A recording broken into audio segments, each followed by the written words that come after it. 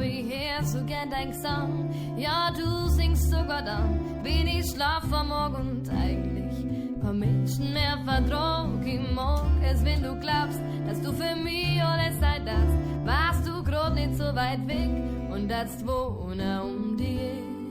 Na, ist ja spannend. Also erstens mal ist Bayern groß, ziemlich groß. Platten verkauft man heutzutage sowieso wenig. Am meisten verdienst, wenn du live spielst. Und damit du live spielst, musst du heutzutage irgendwie eine CD haben, damit die Veranstalter buchen können. Weil sonst nimmt die keiner, sonst weiß keiner, was du machst und so. Und deswegen, wenn du jemanden hast, der an dich glaubt und mit dir eine CD aufnehmen will und irgendwie die Sachen, die du machst, irgendwie gut findet, dann nichts mehr los irgendwie. Das war zum Beispiel eine super Möglichkeit, ja, wie die Leute wieder Mundart wie die Leute wieder Mundart ernst nehmen können. Es geht ja grundsätzlich immer um das. Uns wird ja eintrichtert zu sagen, es ist kein Spruch. Es ist kein, und vor allem, es wird uns dann auch immer das Negative auf die Mundart gelegt, dieses, du bist nicht ausgebildet, wenn du Mundart redest, du bist unterentwickelt, wenn du Mundart redest, du bist der Bauer, du bist vom Land, du bist hinten, du bist alles Mögliche. Und wir drehen das um mit unserem Rap-Selbstbewusstsein, indem dass ich Battle Rap und sage, Alter, was ist mit dir, Alter, ich fick die Mutter, alle ficke. In dem so denken sie sich, Alter, was geht denn jetzt kommt mal der Bauer, so? Was ist ich meine? Und die anderen, die so reden wie ich, die denken sich dann, Alter, yeah, wieso schauen mich ich für meine Sprache? Das geht's. Ja, also du wirst echt oft irgendwie blöd angeschaut, also das stimmt.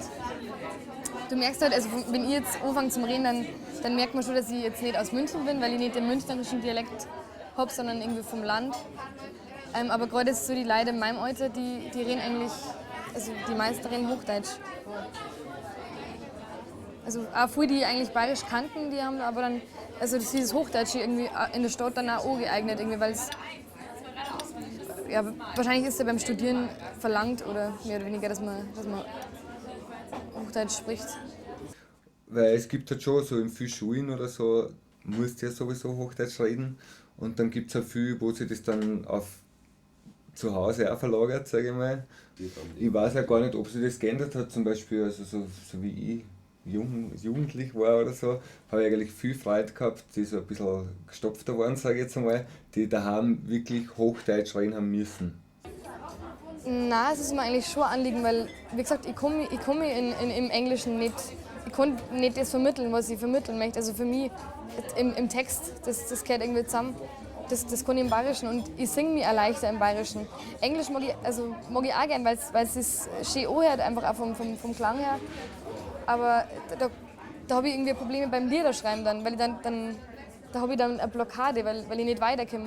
Weil das, was ich sagen will, kann ich gar nicht sagen mit den Wörtern.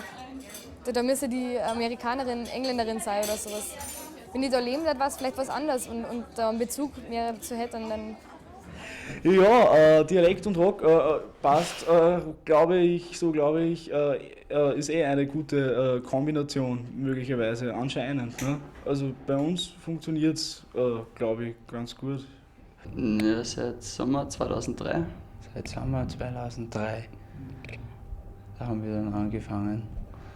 Und ich habe gesagt, wir sollen Gratschel heißen, weil Most Chill klingt blöd, das waren zwar die Oberösterreicher, und die Gratscheln eher die Bayern, was ich so mitgekriegt habe.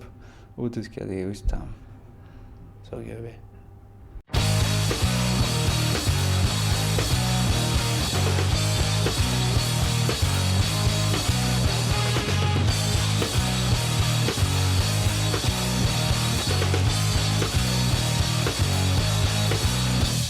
Ja, es ist ja dazu zu sagen, dass Krautschädel und die ganze Dialektsache ja nicht wirklich als Erfolgskonzept, Chartbreaking-Ding irgendwie geplant war. Ich meine, Chartbreaking, so weit sind wir eh noch nicht, oder so weit schauen wir mal. Ne?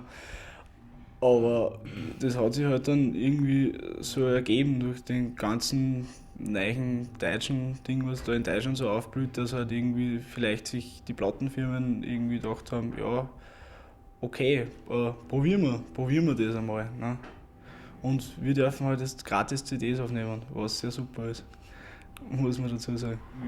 Wenn halt die Gitarren ein bisschen zu laut auftritt sind, dass man durchaus auch teilweise den Text nicht versteht, Auch ob er jetzt österreichisch ist oder deutsch oder englisch, aber das war irgendwie noch nie wirklich ein Problem.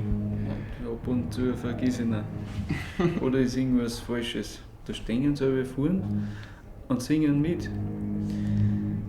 Aber man merkt halt auch genau die Leute, man sieht das, ne? Da gibt es die Leute, die sich die CD gekauft haben und im Booklet nachschauen, aha, wie geht denn der Text wirklich? Und dann gibt es die Leute, die es von der CD überhorchen. Und die beste Ansprache habe ich anscheinend nicht, die singen dann aber irgendwas. Und in Berlin war schon relativ zwiegespalten, muss ich sagen. Es gab Leute, die haben mich nicht verstanden. Und denen hat dann vielleicht zudem die Musik nicht gefallen und waren dann unaufmerksam, hat es nicht interessiert. Dann gab es Leute, die haben mich vielleicht nicht verstanden, aber fanden die Musik super und die waren dann dabei. Und dann gab es Leute, die haben mich, glaube ich, verstanden und fanden es super geil. Und ja, es ist zwiegespalten, aber ich meine, mit dem kann ich echt gut leben. Ja, auspfiffen sind wir noch nie geworden, so ist es nicht. Aber wir waren jetzt, glaube ich, schon in fast jedem Bundesland. Kärnten haben wir dabei noch auslassen. Da haben wir noch nichts, keine Venues, glaube ich, sagt man da. Wir hoffen, dass wir bald spielen dürfen. Aber sonst eigentlich in jedem Bundesland. Und halt Bayern haben wir einmal gespielt. Und in der Tschechei haben wir einmal gespielt. Auf so einer Burgruine, das war recht lustig. Verstärkt halt Oberösterreich und Wien. So Niederösterreich auch als Österreich schon. Also das kann man eigentlich ganz gut festgrenzen auf Österreich und Bayern. Österreich hat es natürlich noch ein bisschen bis dahin, bin ja schon bekannter und habe schon mehr live gespielt. Ich habe schon mal gespielt in Ungarn ein bisschen.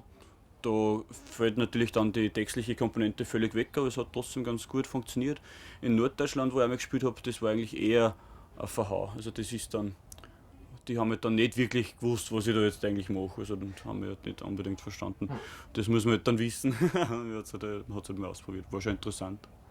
Also solange das, ab dem Moment, wo die nichts mehr mitbekommen von dem Inhalt, wird es natürlich hart. Und ich glaube, wenn man sich jetzt beschäftigen würde, ja, ein Deutscher mit österreichischem Rap, dann wird er es irgendwann einmal verstehen. Genauso wie man halt Schweizerdeutsch-Rap versteht, wenn man es halt eine Zeit lang hört. Ich sage immer, wenn dann die erste Liebesnummer auf Mundart-Dialekt-Slang rauskommt, dann ist der Durchbruch da. Dann geht es die peinlich ist, also eine gute Liebesnummer. Dann wird es interessant. Nein, also der Retro-Trend fällt mir unendlich an bei anderen. Also, oder grundsätzlich nicht. Aber ich sage halt nur, dass halt das, was ich mache, halt schon auch wieder da einen teilweise einen fruchtbaren Boden vorgefunden hat. Und ich wollte halt immer Musik machen und Bücher schreiben. Also die zwei Sachen, das wollte ich immer machen. Ist eigentlich der Buch auf Hochdeutsch oder sind da Dialektstellen drin? Es ist auf Hochdeutsch. Hat aber quasi einen Dialektsatzbau. Quasi. Also es ist schon sehr, wie man schreibt, weil das wäre ja dann irgendwie auch so geschriebenen Dialekt mag ich dann wieder gar nicht so gern, weil der ist mir dann oft zu künstlich, zu artifiziell da oder wieder. Das hat dann wieder was, weil der Mensch lernt ja eh auf Hochdeutsch zu schreiben. Wenn du weg bist, scheint keine Sonne, dass du dann wieder kommst. Wenn du weg bist, scheint keine Sonne und es dauert viel zu lang, bis wir zwei uns wieder haben.